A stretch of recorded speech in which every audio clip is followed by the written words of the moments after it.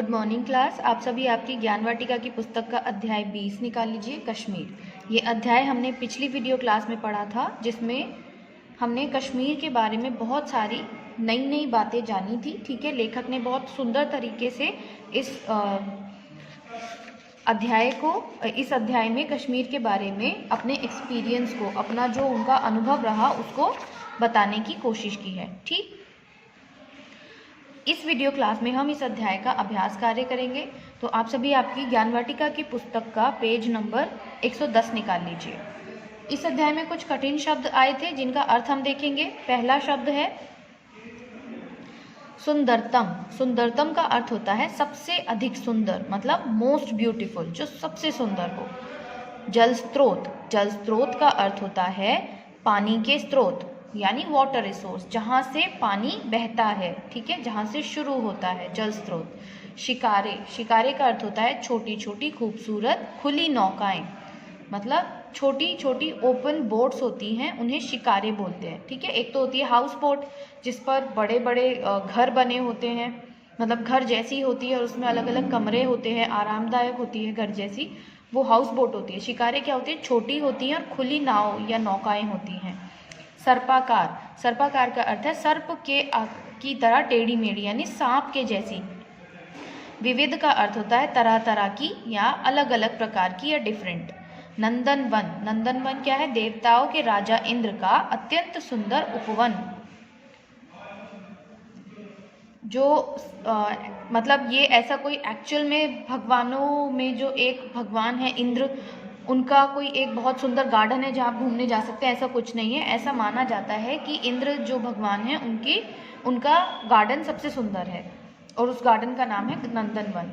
भ्रमण करना मतलब होता है घूमना। दर्शनीय मतलब जो देखने योग्य हो, देखने लायक हो। रमणीय मतलब सुंदर। ठीक, प्रवाहित होना मतलब बहना। ठीक है, फ्लो, यानी नदी का प्रवाहित होना, यानी नदी का बहना। दीपमालिका। दीपमालिका मतलब दियों की पंक्ति, यानी जो दिए होते हैं उनकी पूरी लाइन। पंक्ति मतलब होती है लाइन। ठीक है, लाइन या रो ऑफ अर्दन लैम्प्स। विशेष। इन शब्दों को इस तरह भी लिख सकते हैं, जैसे उद्यान को आप इस तरह से भी लिख सकते हैं। ठीक, या तो द के नीचे हलंत लगा करके उद्यान लिखिए, या फिर इस तरह से लिखिए, दोनों ठीक है।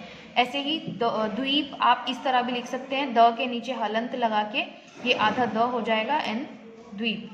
शुद्ध को आप अगेन द के नीचे हलंत लगाकर भी लिख सकते हैं। हलंत क्या है, ये जो टेढ़ी सी आप लाइन देख रहे हैं नीचे छोटी सी, इसे हलंत बोलते हैं। हिंदी में अंग्रेजी के प्रचलित शब्द।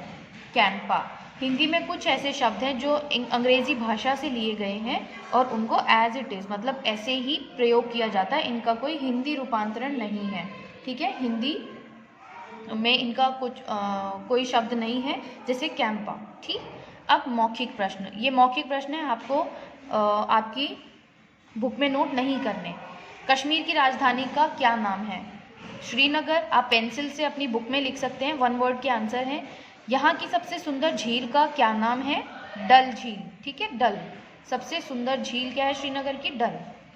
बादशाह जहांगीर ने कौन से बाग लगवाए थे? शालीमार और निशात बाग। ठीक, श्रीनगर के बीच से होकर कौन सी नदी निकलती है? झेलम। ठीक है, झेलम। झेलम नदी श्रीनगर के बीच से होकर निकलती है।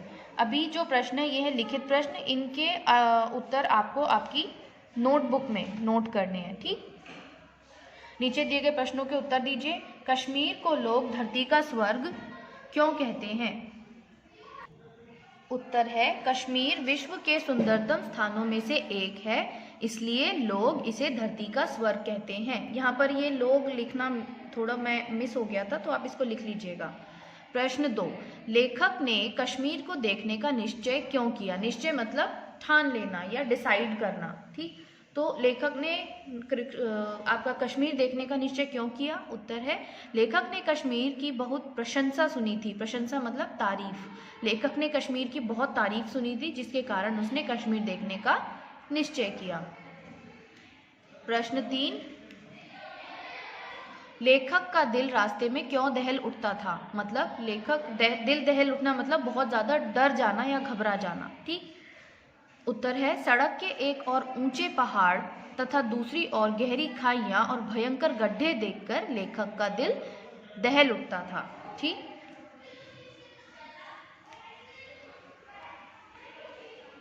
मार्ग में यात्री कहाँ ठहरकर चाय पान करते थे? मार्ग मतलब रास्ते में कहाँ पर ठहरकर यात्री चाय पान करते थे? उत्तर है रामबन, उड़ी, बनिहाल और कुद के पहाड़ी गांवों में यात्री ठहरकर चाय पान करते थे। ठीक, पहले दिन लेखक ने कहाँ की सैर की? उत्तर है पहले दिन लेखक ने चश्माशाही, शालीमार और निशात बाग की सैर की। छठा प्रश्न है हाउस बोट किसे कहते हैं, इनका क्या उपयोग है? उत्तर है हाउस बोट घर जैसी आरामदायक बड़ी बड़ी नाव होती है। इसमें सोने, बैठने तथा खाने के लिए अलग अलग कमरे होते हैं। सोने के बाद यहाँ पर कॉमा है। ठीक, हाउस बोट क्या होती है? घर जैसी और आरामदायक बड़ी बड़ी नाव होती है। ठीक, जिसमें सोने का कमरा अलग, खाना खाने का अलग, बैठने का कमरा अलग होता है। ठीक,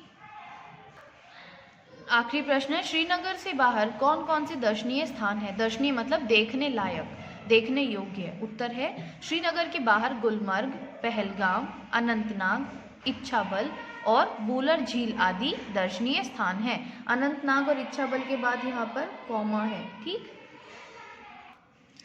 इसके बाद सही कथन पर टिक और गलत कथन पर क्रॉस का या गलत का निशान लगाइए।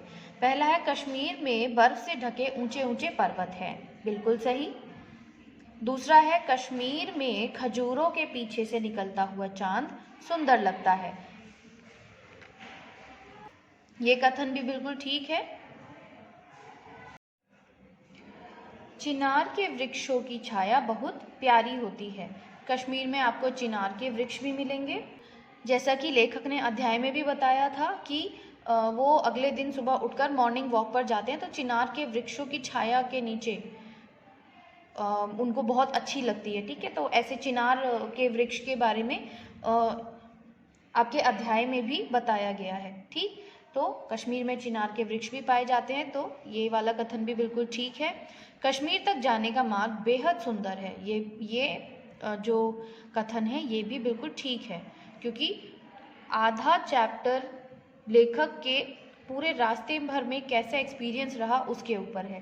तो लेखक ने कश्मीर जाने का जो रास्ता है उसके बारे में इतनी तारीफ की, इतनी प्रशंसा की, जिससे पता चलता है कि मार्ग बहुत सुंदर होगा। कश्मीरी लोग सांवले होते हैं, नहीं, ये कथन गलत है। कश्मीर के लोग और यहाँ तक कि कश्मीर के जो बच्चे होते हैं वो गुलाब से भी सुंदर लगते हैं, गुलाब के फूल से भी सुंदर। नीचे दिए गए शब्दों के वचन बदलिए। एक वचन से बहुवचन में करना है। चोटी, चोटियां, जाति, जातियां, श्रेणी, श्रेणियां, खाई, खाइयां, पहाड़ी, पहाड़ियां, क्यारी, क्यारियां। ठीक, नीचे दिए गए शब्दों में ईय प्रत्यय लगाकर उन्हें फिर से लिखिए। ईय प्रत्यय लगाकर प्रत्यय कुछ वर्णों को जब हम किसी शब्द के अंत में जोड़कर नया शब्द बनाते हैं तो वो जो वर्ण हम जोड़ते हैं वो होते हैं प्रत्यय। ठीक, दर्शन प्लस ईय बनेगा दर्शनीय। ठीक है, भारत जमा ईय, भारत में ईय प्रत्यय लगा, बना भारतीय। पर्वत जमा ईय से बना पर्वतीय। ऐसे ही वर्णन के साथ ईय प्रत्यय लगने पर बना वर्णीय।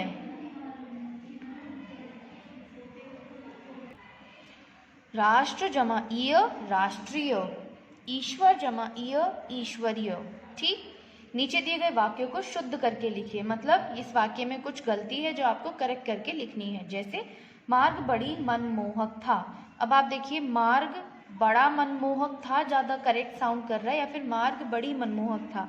आपको वाक्य को पढ़कर भी उसका जो शुद्ध रूप है वो समझ आ जाएगा। तो मार्ग क्या होता है? मार्ग बड़ा मनमोहक होता है, तो यहाँ पर आप क्या लिखेंगे? मार्ग बड़ा मनमोहक था। अगला है यहाँ के बाजारों में बहुत रौनक रहता है। बाजारों में रौनक रहती है या फिर रौनक रहता है? बाजारों में रौनक रहती है, तो आप यहाँ पर लिखेंगे यहाँ के बाजारों में बड़ी रौनक रहती है। सचमुच कश्मीर धरती की स्वर्ग है। अब आप देखिए, कश्मीर धरती का स्वर्ग होता है या धरती की स्वर्ग? धरती का स्वर्ग है, ठीक है। तो यहाँ पर आप लिखेंगे सचमुच कश्मीर धरती का स्वर्ग है। झील के बीच में एक बड़ी द्वीप है। एक बड़ा द्वीप होता है या बड़ी द्वीप होती है? एक बड़ा द्वीप है, ठीक है। झील के बीच में एक बड़ा द्वीप है। सही शब्द चुनकर टिक का निशान लगाइए। इनमें से कौन सा शब्द विशेषण नहीं है? विशेषण क्या होता है?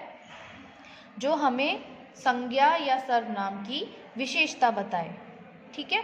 विशेषता मतलब कुछ क्वालिटी, ठीक है, गुण या अवगुण, कुछ भी, मतलब जो शब्द बताते हैं। जैसे हरा भरा, जैसे वह जंगल बहुत हरा भरा है, तो जंगल के बारे में विशेषता क्या हो गई? कैसा है? हरा भरा। खूबसूरत, जैसे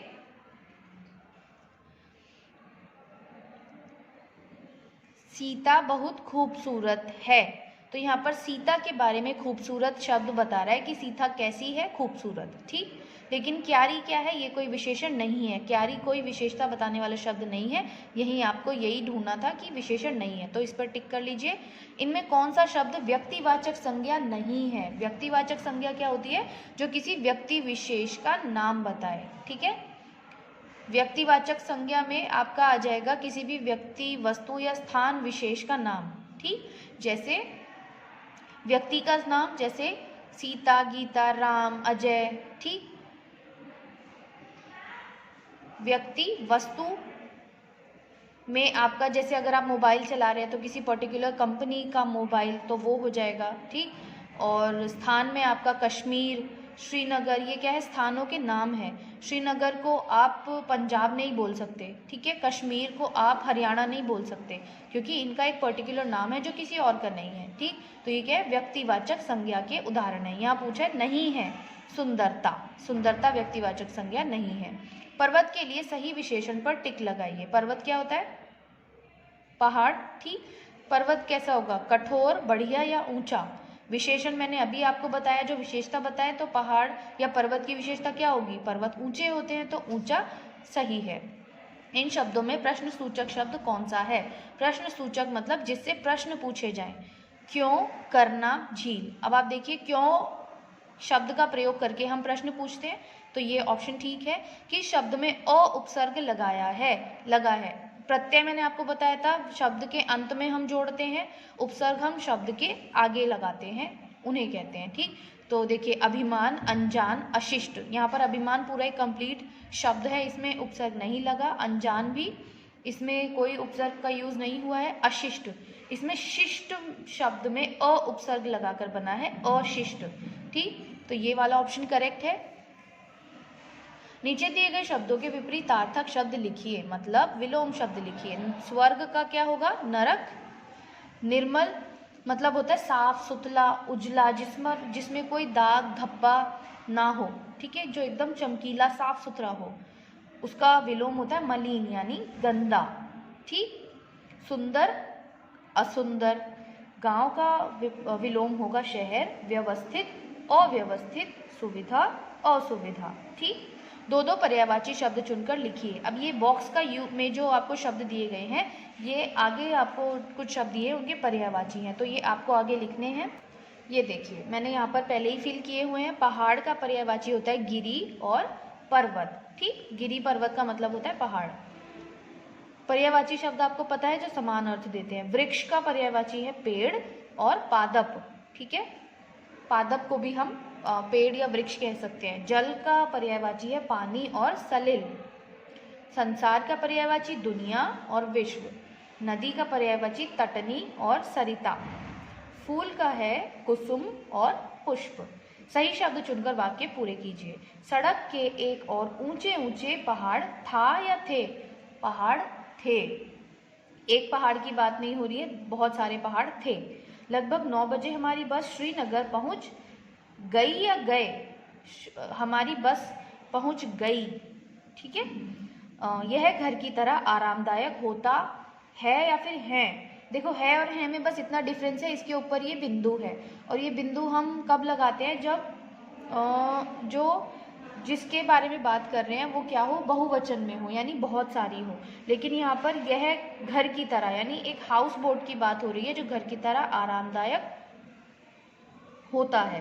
ठीक, मतलब जो हाउस बोट के कमरे होते हैं वो सब घर की तरह आरामदायक होते हैं। ठीक, तो यहाँ पर अगर आरामदायक होता लिखा है तो यहाँ पर है आएगा, अगर होते लिखा होता तो ये वाला है आता, तो आरामदायक होता है। ठीक, रात के समय जब बहुत सारों की बात होती है तो ये वाला है यूज़ करते हैं।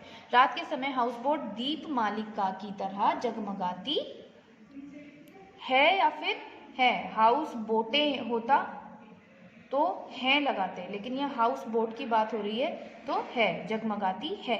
ठीक।